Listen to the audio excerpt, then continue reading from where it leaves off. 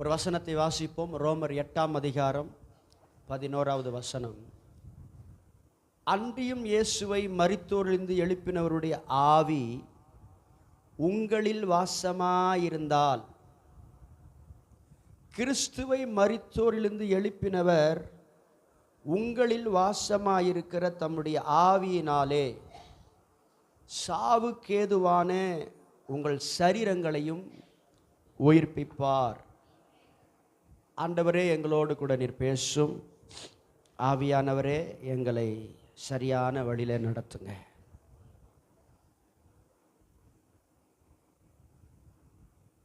ஆவியானவருக்கு நம்மை குறித்து எப்பொழுது ஒரு பெரிய சந்தோஷம் வரும் அப்படின்னு சொன்னால், உங்கள் பிள்ளைங்களை குறித்து உங்களுக்கு எப்பொழுது சந்தோஷம் வரும்? ஆவியானவர் எப்பொழுது சந்தோஷப்படுவார் என்று சொன்னால், என் பிள்ளைகள் வசனத்தை பார்க்கிறார்கள், அதாவது படிக்கிறார்கள். என் பிள்ளைகள் வசனத்தை கேட்கிறார்கள். அது மாத்திரமல்ல, அந்த கேட்ட சத்தியத்தின்படி நடக்கிறார்கள். இதுதான் ஆவியானவருக்கு ஒரு பெரிய சந்தோஷம். எத்தனை பேருக்கு புரியுது நான் சொல்றது? இயேசுவுக்கு அன்பான சீடனாகிய யோவான், அவர் 3 யோவானில் சொல்லும் பொழுது சொல்றாரு, 4வது வசனத்தில், என் பிள்ளைகள் சத்தியத்திலே நடக்கிறார்கள் என்று நான் கேள்விப்படுகிற சந்தோஷத்திலும் அதிகமான சந்தோஷம் எனக்கு இல்லை. என்ன சொல்றாரு? என்னால் மீட்கப்பட்டவர்கள், அதாவது என்னுடைய நான் சொன்ன சுவிசேஷத்தை கேட்டு ரட்சிக்கப்பட்டவர்கள் அந்த வசனத்தின்படி நடக்கிறார்கள், அந்த சத்தியத்திலே நிலைத்திருக்கிறார்கள் என்று கேட்கும் பொழுது எனக்கு ஒரு சந்தோஷமா இருக்கு. அதை காட்டில ஒரு பெரிய சந்தோஷம் இல்லை. ஊழியக்காரனுக்கு எப்போ சந்தோஷம்னா, விசுவாசிகள் நன்றாக ஜெபிக்கிறார்கள், விசுவாசிகள் இருக்கிற இடத்துல சாட்சியாய் வாழ்கிறார்கள், விசுவாசிகள் சபைக்கு முழு சப்போர்ட்டாக இருக்கிறார்கள். எந்த குடும்பம் சபைக்கும் ஊழியருக்கும் சப்போர்ட்டாக இருக்கிறார்களோ, அதாவது திறந்த மனமாய், சிலர்லாம் சப்போர்ட் பண்ணுவாங்க, பின்னால் புரளி பேசுவாங்க.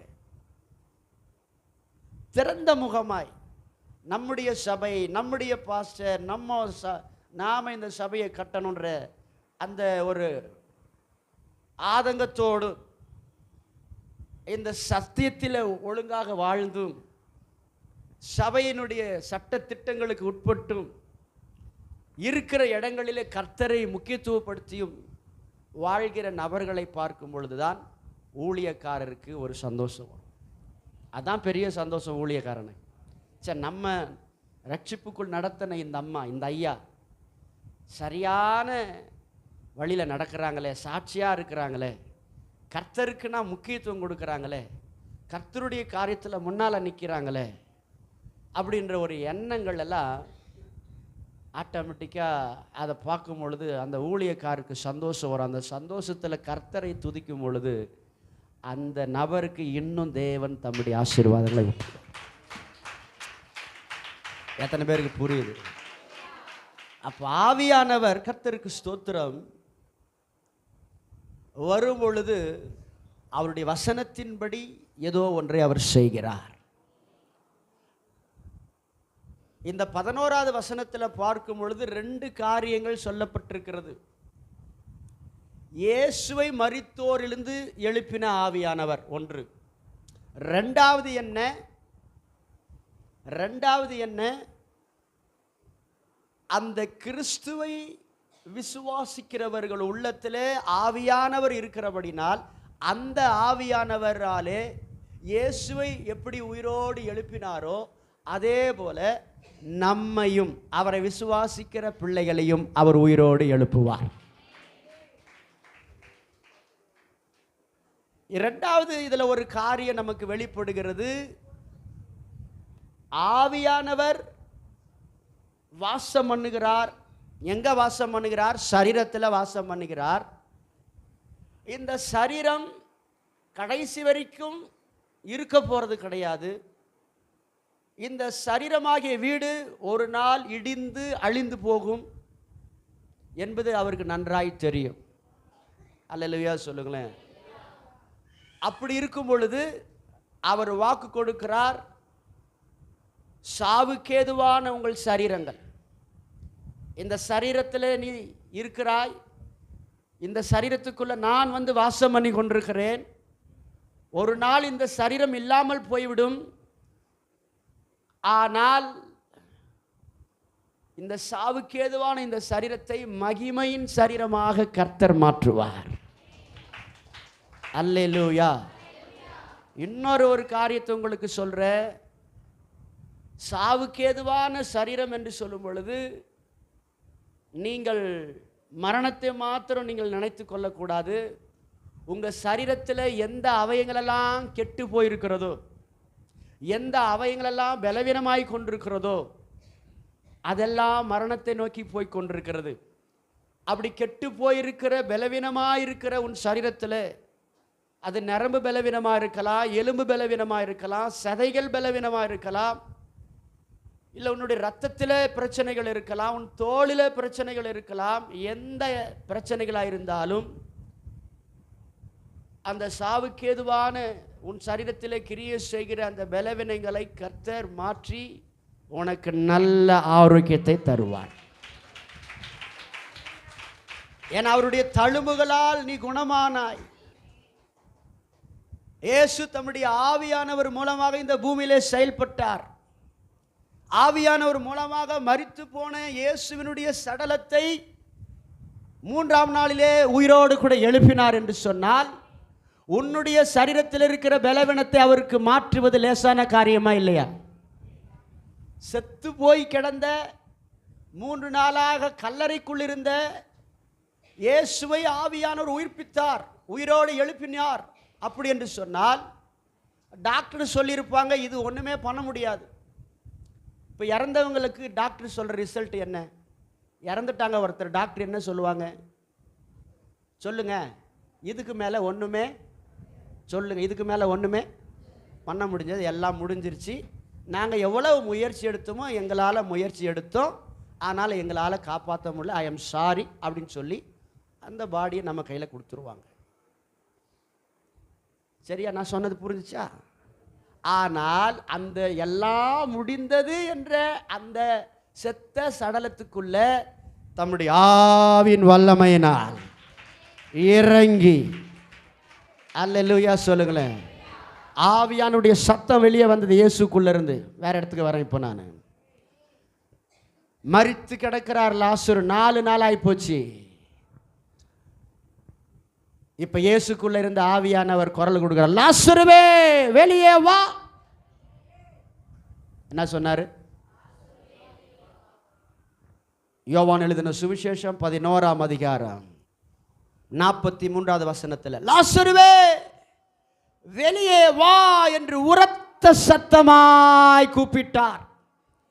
யாரை பார்த்து கூப்பிட்டார்? உயிரோடு இருக்கிற ஒரு மனிதன் அல்ல, எங்கே உட்கார்ந்து கொண்டு வேற எங்கே பார்த்து கொண்டிருக்கிறார். இல்லை அவருக்கு காது கேட்கல, அதனால இவர் சத்தமாக கூப்பிட்டாருன்னு. காது கேட்காதனால சில ஆட்களுக்கு பாருங்க, சிலதெல்லாம் பேசினா காது கேட்காது. ஆனால் அவங்கள பற்றி எதனா சொன்ன, இப்படி சொன்னீங்க என்ன? கவனிச்சிருக்கீங்களா? அந்த மாதிரி ஒரு அனுபவத்துக்குள்ளே போயிருக்கிறீங்களா? சில நேரத்தில் நீங்கள் சொன்னதுக்கு சொன்னியா எனக்கு புரியல, எனக்கு கேட்கலன்னுவாங்க. அதே நபர் அவங்கள பற்றி எதனா சொன்னீங்கன்னா, ஏன் இப்படி சொன்னாங்க அப்படின்னுவாங்க. இங்கே காது கேட்காத ஒரு ஆள் கிடையாது, பலவீனமான ஒரு ஆள் கிடையாது, வயசான ஒரு ஆள் கிடையாது, வாலிபன் மரித்து போயிட்டான். மரித்து போன வாலிபன் வெளியில வைத்திருக்கவில்லை, அடக்கம் பண்ணி விட்டார்கள். 4 நாள் ஆயிற்று. சடலத்தை பார்த்து பேசுகிறார், லாசருவே வெளியே வா. எப்பவுமே உன் வாழ்க்கையில் எல்லாமே முடிஞ்சு போச்சு, இதோட அவ்வளோதான், செத்து போச்சு, இதுமே நடக்கவே நடக்காது, வாய்ப்பே இல்லைன்னு சொல்லாதீங்க. இனி அவங்க மாறவே மாட்டாங்க, இனி அவங்கள சரி பண்ணவே முடியாது, அவங்கள திருந்தவே மாட்டாங்க, அவங்கள என்னால் திருத்த முடியாது, அவங்க அவ்வளோதான், அவங்க ஆவியில் செத்து போயிட்டாங்க, அவங்களுடைய குணத்தை மாற்ற முடியாது. அப்படின்னு நீங்க நினைச்சிடக்கூடாது. உங்க குடும்ப காரியங்களை சிலதெல்லாம் ஞாபகப்படுத்துறேன். உன்னால மாற்ற முடியாது, என்னால மாற்ற முடியாது. ஆனால் உனக்குள்ள எனக்குள்ள இருக்கிற ஆவியானவராலே மாற்ற முடியும்.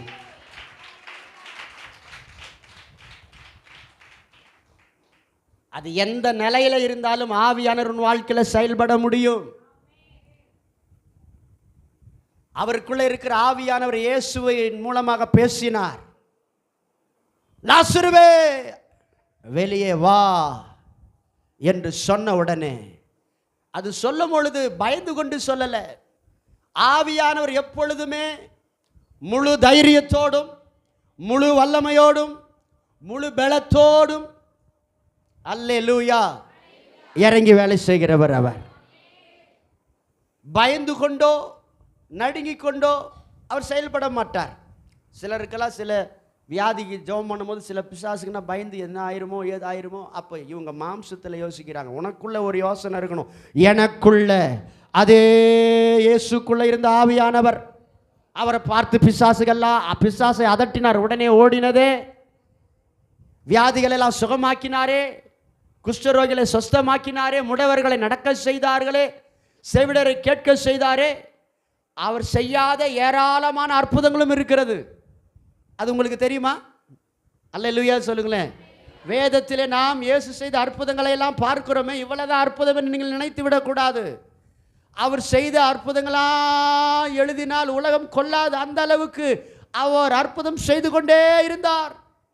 சிலர் சொல்லுவார்கள், இயேசு இந்த பூமியிலே வாழும் பொழுது பரிசுத்த ஆவியிலே நிரப்பப்பட்ட அவர் எப்பொழுதுமே சும்மா இல்லையா. ஒருத்தர் சொல்லும் போது சொல்றார், அவர் எங்கேயாவது பிரசங்கம் பண்ணி கொண்டிருப்பார், அல்லது யாரையாவது சுகம் பண்ணி கொண்டிருப்பார், ஏதாவது ஒன்று அவர் செய்து கொண்டே இருப்பார் என்று சொன்னார்கள். அப்படி என்று சொன்னால் எவ்வளவு அற்புதங்கள் செய்திருப்பார், எவ்வளவு ஆச்சரியமான காரியங்களை அவர் செய்திருப்பார் பாருங்க. அதுல ஒரு அற்புதம் தான் லாசருவை குறித்து சொல்லப்பட்டிருக்கிறது.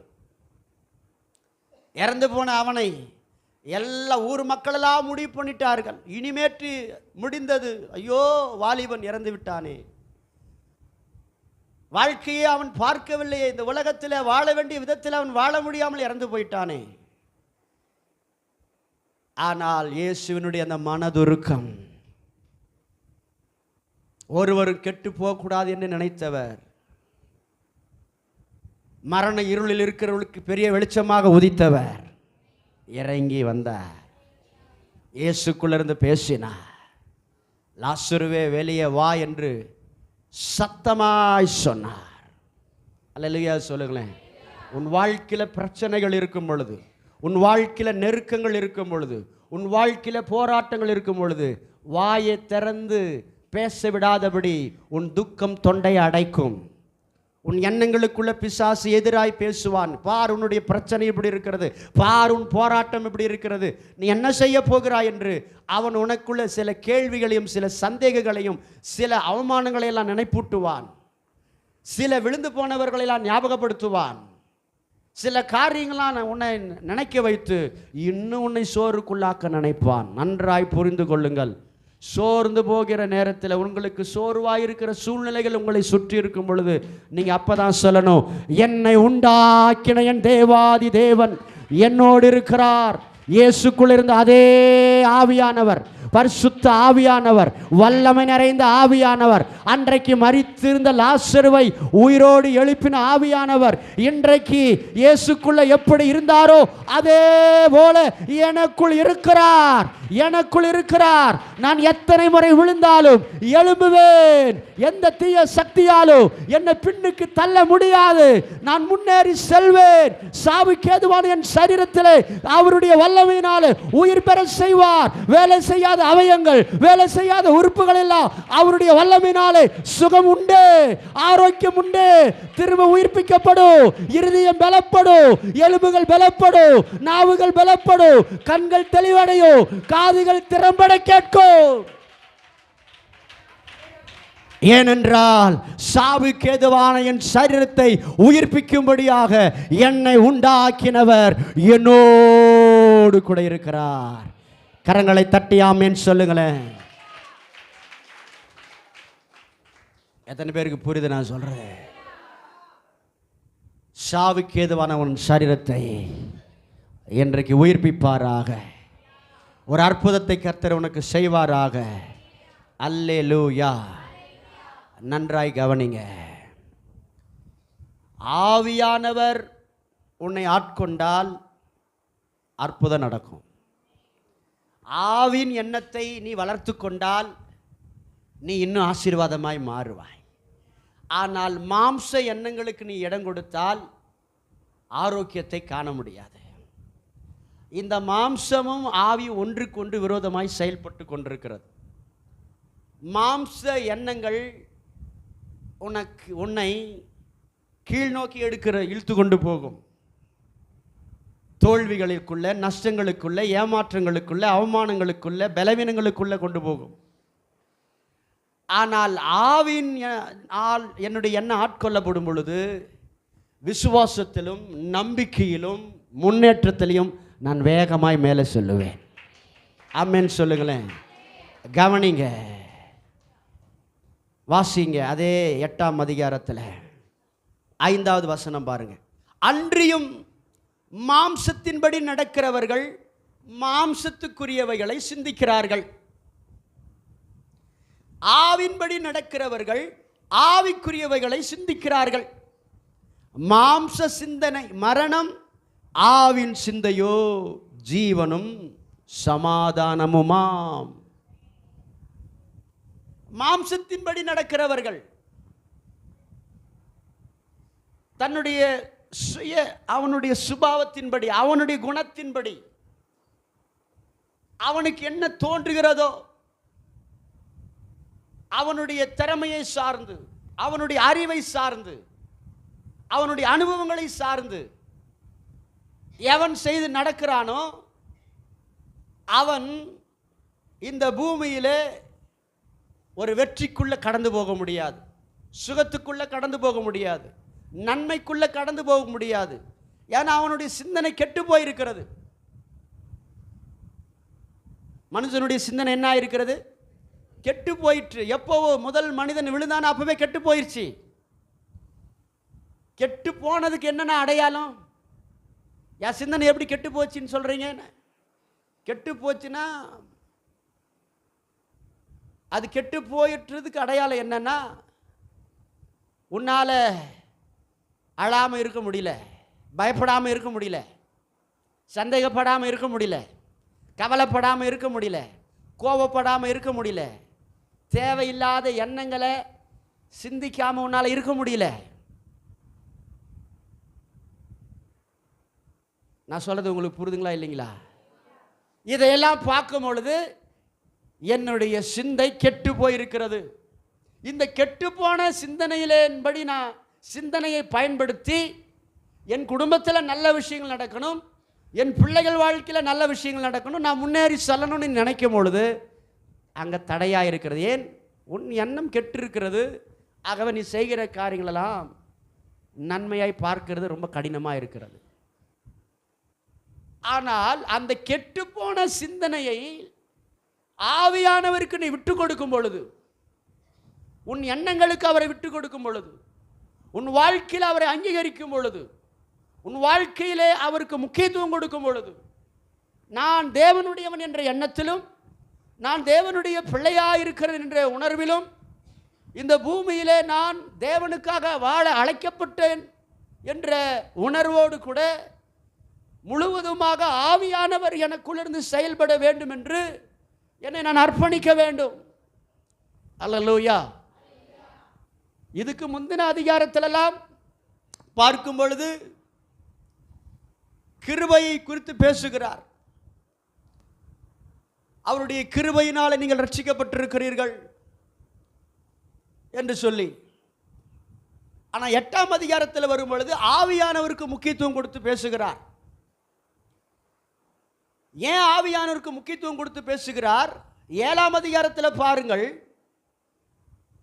பாவங்களை குறித்து சொல்லும் பொழுது 15வது வசனம், எப்படியெனில் நான் செய்கிறது எனக்கே சம்மதி இல்லை, நான் விரும்புகிறதை செய்யாமல் நான் வெறுக்கிறதை செய்கிறேன். கவனிக்கிறீங்களா? என்ன செய்கிறேன்? நான் விரும்புகிறதை செய்யாமல் வெறுக்கிறதை செய்கிறேன். 19வது வசனம், நான் விரும்புகிற நன்மையை செய்யாமல் விரும்பாத தீமையே செய்கிறேன். எத்தனை பேர் இங்க இருக்கிறீங்க? 21 சொல்றார், நன்மை செய்ய விரும்புகிற என்னிடத்தில் தீமை உண்டென்கிற ஒரு பிரமாணத்தை காண்கிறேன். நன்மை செய்ய வேண்டும் என்ற எண்ணம் என்னிடத்தில் இருந்தாலும், ஜெபிக்க வேண்டும் என்ற விருப்பம் என்னிடத்தில் இருந்தாலும், பரிசுத்தமாய் வாழ வேண்டும் என்ற எண்ணங்கள் எனக்கு இருந்தாலும், நான் இப்படி நேர்மையாக நடக்க வேண்டும் என்ற எண்ணங்கள் எனக்கு இருந்தாலும், ஆனால் என்னால் அப்படி வாழ முடியல. ஏனென்றால் தீமையோடு இருக்கிற ஒரு பிரமாணம் எனக்குள்ள வேலை செய்து கொண்டிருக்கிறது. ஒரு வல்லமை கிரியை செய்து கொண்டிருக்கிறது. பாவத்தின் வல்லமை எனக்குள்ள கிரியை செய்து கொண்டிருக்கிறபடினால் அந்த பாவத்தின் வல்லமையை இந்த மாம்சத்தின் பலத்தினால் என்னால் மேற்கொள்ள முடியல. கொஞ்சம் நல்லா கவனிக்கணும். நீங்க என்னுடைய பாவத்தின் எண்ணத்தையோ எனக்கு இருக்கிற அந்த இச்சையான காரியங்களையோ இதை நான் சிந்திக்கக்கூடாது, நான் இப்படி பேசக்கூடாது, நான் இப்படி செய்யக்கூடாது, நான் இப்படி நடக்கக்கூடாது, நான் கர்த்தருக்கு நான் விருப்பமாக நடக்கணும், நான் கர்த்தருக்கு உண்மையாக இருக்கணும் நான் நினச்சாலும் என்னால் நடக்க முடியவில்லை. ஏனென்றால் எனக்குள்ள இருக்கிற பாவத்தின் வல்லமை என்னுடைய மாம்சத்தில் ஆட்கொண்டு செயல்படுகிறபடினால் என்னுடைய மாம்சத்தில் என்னால் விரும்பினவைகளை, நல்ல விஷயங்களை என்னால் செய்ய முடியாமல் இருக்கிறது. எத்தனை பேருக்கு புரிஞ்சிருச்சு? புரியுதுங்களா இல்லைங்களா? அப்போ இந்த மாம்சத்தில் கிரியை செய்கிற இந்த பாவத்தின் வல்லமையை மேற்கொண்டு என்னால் எதை செய்ய முடியலையோ அதை செய்வதற்காக தான் ஆவியானவர் எனக்குள்ள வந்தார். கரங்களை தட்டி ஆமென் சொல்லுங்களேன். ஆவியானவருடைய வழிநடத்தல் இல்லாமல், ஆவியானுடைய உதவி இல்லாமல் உங்களால் மேலே வர முடியாது. அப்போ என்னுடைய மாம்ச பலத்தினாலே என்னுடைய வாழ்க்கையில் இருக்கிற என்னுடைய தவறான எண்ணங்களையோ தவறான விருப்பங்களையோ என்னால் மேற்கொள்ளவே முடியலை. எத்தனை பேருக்கு புரியுது நான் பேசுறது? அப்படி முடியாமல் இருக்கிறதுனால ஆவியானவர் வந்து என்ன செய்கிறார், உன்னால் என்ன முடியலையோ அது என் கையில் கொடுத்துருப்பா. உன்னால் எது முடியல அது என் கையில் கொடு, நான் அதை முடிய பண்ணுகிறேன்.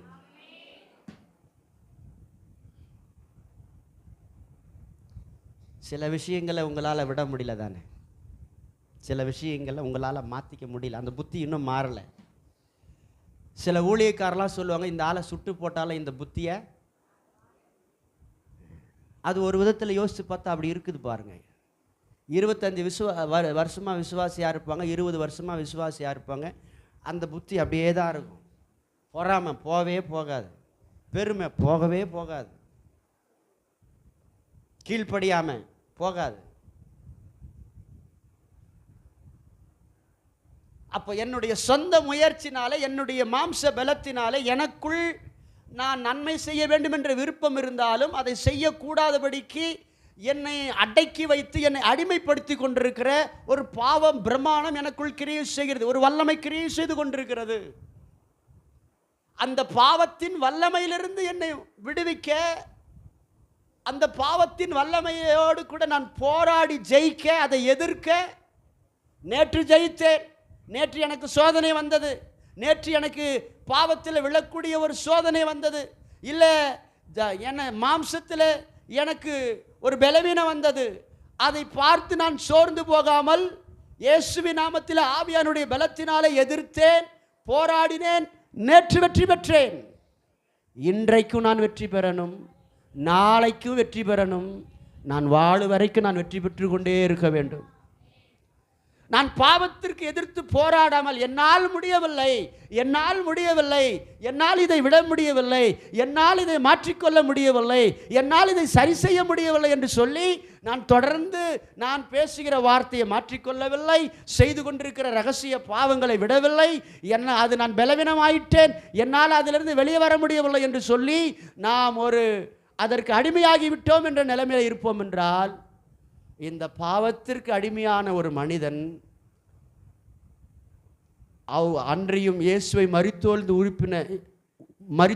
எழுப்பின ஆவியானவருடைய வல்லமையினால் இந்த பாவத்திற்கு அடிமையான மனுஷனை உயிரோடு எழுப்ப முடியாது.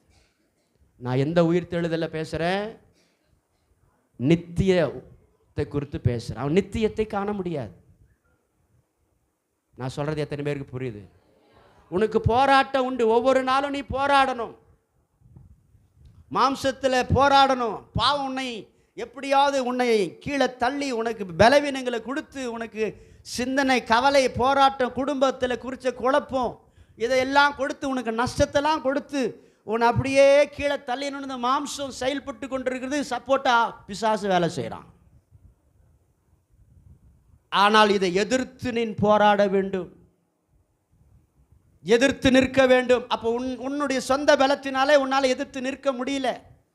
எதிர்த்து நிற்கிற வல்லமை உங்ககிட்ட கிடையாது. அப்படி இருக்கும் பொழுது அந்த எதிர்த்து நிற்கிற வல்லமையை உனக்கு கொடுத்து உன்னை உன்னால் எது முடியலன்னு சொல்லியோ அதை முடிய பண்ணுவதற்காக தான் ஆவியானவர் உனக்குள்ளே வந்திருக்கிறார். நல்லா புரிஞ்சுக்கணும். நீ எப்போ பார்த்தாலும் என்னால் முடியல, மனசு சரியில்லை, மனசு சொல்லிட்டே இருக்காத. ஆவியானவருக்கு முக்கியத்துவம் கொடுங்கள், ஆவியானவரை கனப்படுத்துங்கள், ஆவியானவருக்கு அழைப்பு கொடுங்கள், ஆவியானவரை ஆராதியுங்கள், ஆவியானவரை அண்டிக் கொள்ளுங்கள், அணைத்துக் கொள்ளுங்கள், அவசியமாக்குங்கள். அவரோடு இணைந்து பிணைந்த ஒரு வாழ்க்கை வாழுங்கள்.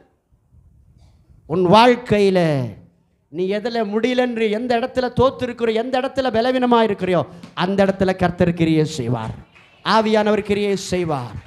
மரணத்தின் வல்லமையை நீ மேற்கொள்ளுவாய், பலவீனத்தை மேற்கொள்ளுவாய், அசுத்தங்களை மேற்கொள்ளுவாய், இச்சையான சிந்தனைகளை மேற்கொள்ளுவாய், உலகத்தை மேற்கொள்ளுவாய். ஜெயமுள்ள ஒரு மனிதனாய் நீ நிற்பாய்.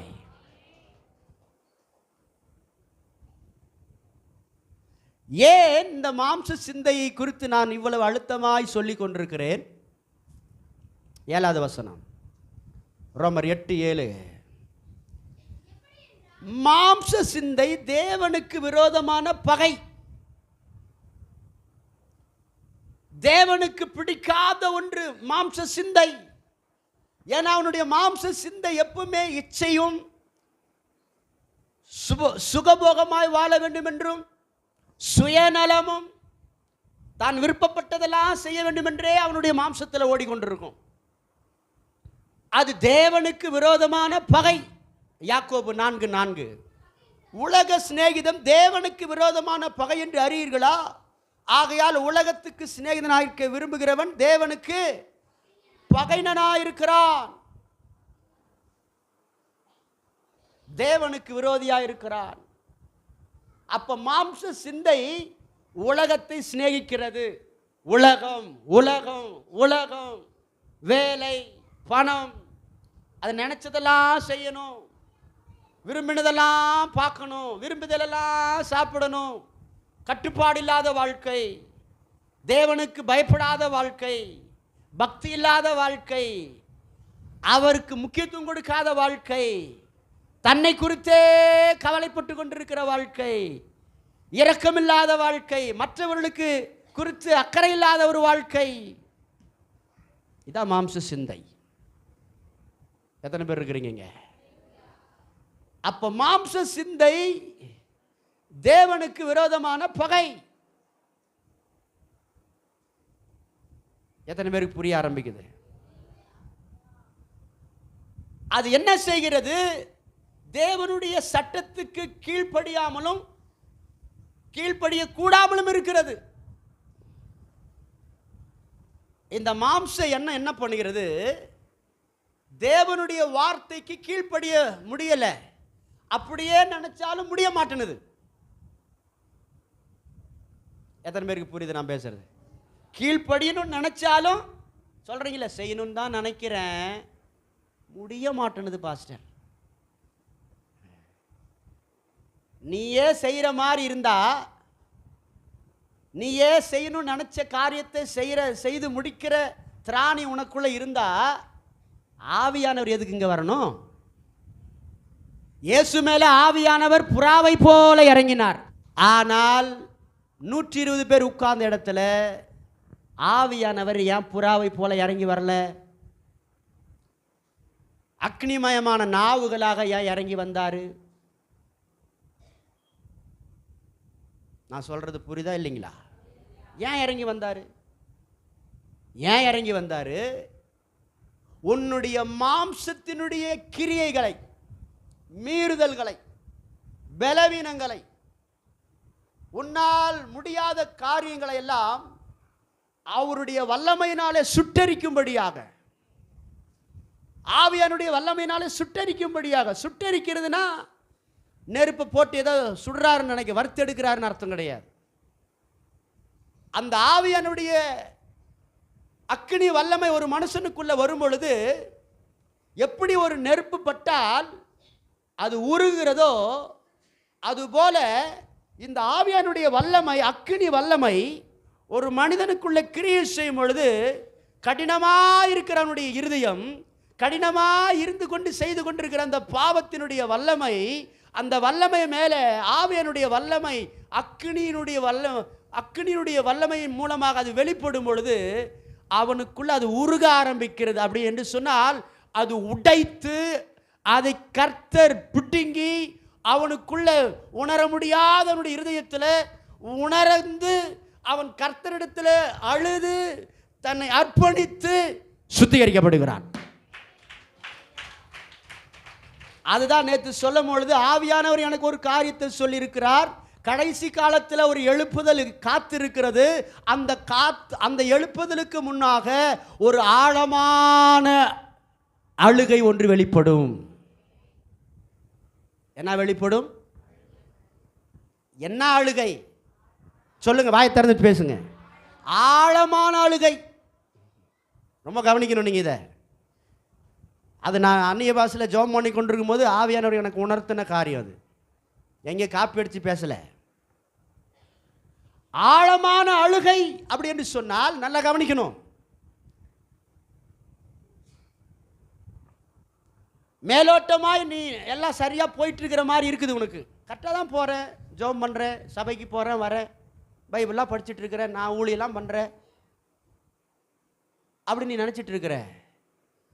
ஆனால் இந்த அக்கினி ஆவியானவர் உன் வாழ்க்கையில் ஆழமாய் ஊடுருவும் பொழுது அப்போதான் தெரியும், நான் இன்னும் மனம் திரும்ப வேண்டிய நிறைய காரியங்கள் இருக்குது, நான் இன்னும் சரியாகலையே, இப்படிப்பட்ட எண்ணங்கள்லாம் எனக்குள்ளே இருந்து அறியாமல் என்ற இருளுக்குள்ளே கிடந்திருக்கிறேனே, ஐயோ நான் இப்படிப்பட்ட வாழ்க்கை வாழ்ந்துட்டேனேன்னு சொல்லி ஆவியானவர் உனக்குள்ள உணர்த்தும் பொழுது அந்த இடம் உடைக்கப்படுகிறது. உடைக்கப்படும் பொழுது அந்த பாவத்தினுடைய வல்லமை வெளிப்படுகிறது.